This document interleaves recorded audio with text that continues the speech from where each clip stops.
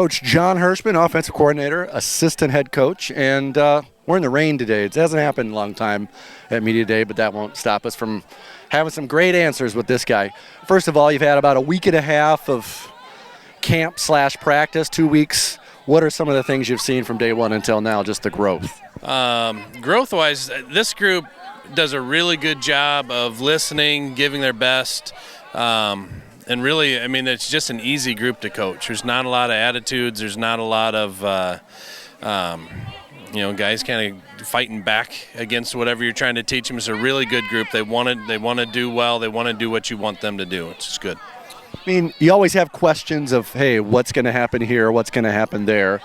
What are some of the things as far as from, say, we weren't sure about maybe who'll play this position or that position that you feel you may have answered already? I mean, we've got a few things I think we've had answered. Quarterback for one. There's a couple of receiver spots now I think are locked down. There's still some question marks on the line, but the good thing with that is we've got a few guys that are all in the mix and they're working hard. And I think however we go, it'll be good.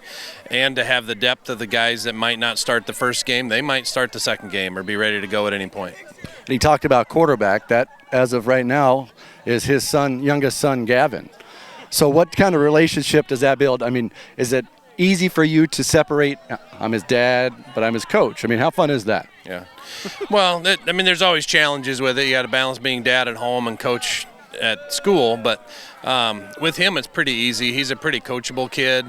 We can talk about things at home even, and I mean he's good about taking extra coaching. He wants extra coaching. He asks me questions at home, so it's been good.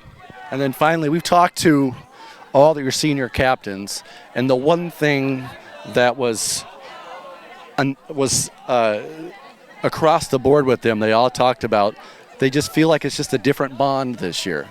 Like they feel that it's maybe closer than they felt in their other 3 years, that the team has come together a little bit earlier. Is that something you think it's an extension of their leadership as captains, or just the way these guys, this class, senior class, gets along? Yeah, I think it's some of both. Our senior captains, for the most part, most of them lead by example. They're pretty quiet, so we don't have a vocal leader that's maybe being negative or anything like that. They're all positive. They lead by example. Juniors, they're leaders as well. If they want to be vocal, I mean, there's been times, Gavin and Jeff Bowie, for instance, have been vocal. They're helping out other guys with things. Nobody has a problem with that. So it's been good. It's been a good mix of guys. It's been really fun this year. 13 days away from the first game, or is it 13 days because that's a Saturday? Gets a chance to be on the sideline. West Liberty for one of his favorite teams he got to play against as a player, now against a coach, but it's the first game on the schedule.